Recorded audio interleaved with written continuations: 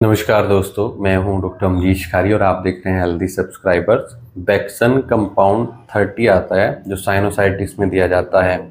इस वीडियो में हम जानेंगे कौन सी दवाइयाँ इसमें डली हैं और कैसे इसको लेना चाहिए और किन लक्षणों में इफेक्टिव रहता है। साइनोसाइटिस का आपको पता है, नाक में जब स्वेलिंग बढ़नी शुरू हो जाती है, नाक में इन्फ्लामेशन आ जाती है, उसके कारण नेजल ब्लॉकेज की समस्या देखने को मिलती है। नेजल कॉन्जेशन होती है, नाक बंद हो जाता है पेशेंट का, जिसके कारण सिर में दर्द होगा या डिस्चार्ज होगा। स्टिकी टाइप का डिस्चार्ज कई बार देखने को मिलता है।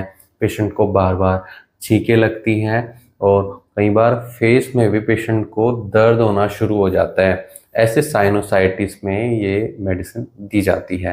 और कौन सी होम्योपैथी दवाइयाँ इसमें डली हैं? पल्सेटिला एक दवाई डली है अगर पेशेंट को थिक डिस्चार्ज नाक से देखने को मिल रहा है और जो सिर दर्द होता है वो शाम के समय होता है, थ्रॉम्बिंग टाइप का पेन होता है, नाक बंद हो जाती है, लॉस ऑफ स्मेल के सिम्टम्स आते हैं जिसमें पेशेंट को स्मेल नहीं आएगी खाने से या फिर सांस लेने में पेशेंट को तकलीफ होगी, तो ऐसे में पल्सेटिला बहुत इफेक्टिव रिजल्ट्स देगी। एक दवाई साइलेशिया होती है जिनको बार बार सर्दी जुकाम की समस्या देखने को मिलती है और नाक बंद रहती है, इम्यूनिटी कम है या फिर स्मेल नहीं आ रही है खाने से या किसी भी चीज़ की, ऐसे साइनोसाइटिस में दवाई बहुत इफेक्टिव रिजल्ट्स देगी। इसमें हाइड्रेस्टिस डली है अगर नाक में पेशेंट को बर्निंग सेंसेशन है, जलन है, थिक डिस्चार्ज है, तो ऐसे में इफेक्टिव रहेगी और ये इम्यूनिटी को भी बढ़ाने में मददगार रहती है जिनकी इम्यूनिटी वीक है। सैंगुनेरिया एक दवाई डली है, ये साइनोसाइटिस में इफेक्टिव रहती है, नेजल पॉलिप्स में इफेक्टिव रहती है।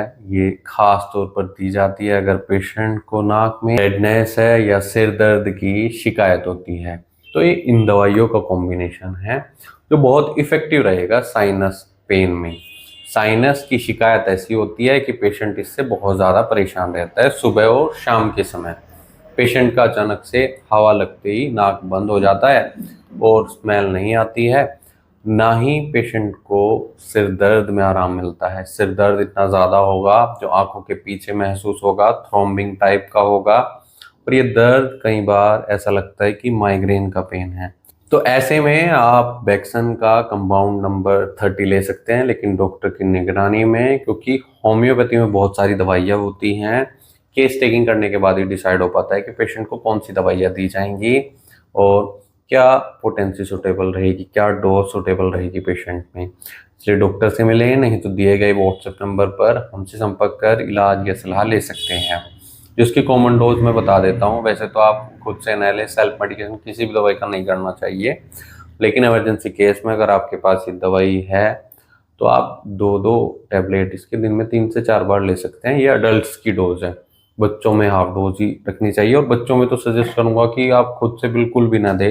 अडल्ट्स में 1 आध दिन दे सकते हैं, 1 या 2 दिन दे सकते हैं, उसके बाद डॉक्टर से सलाह जरूर लें। Thank you.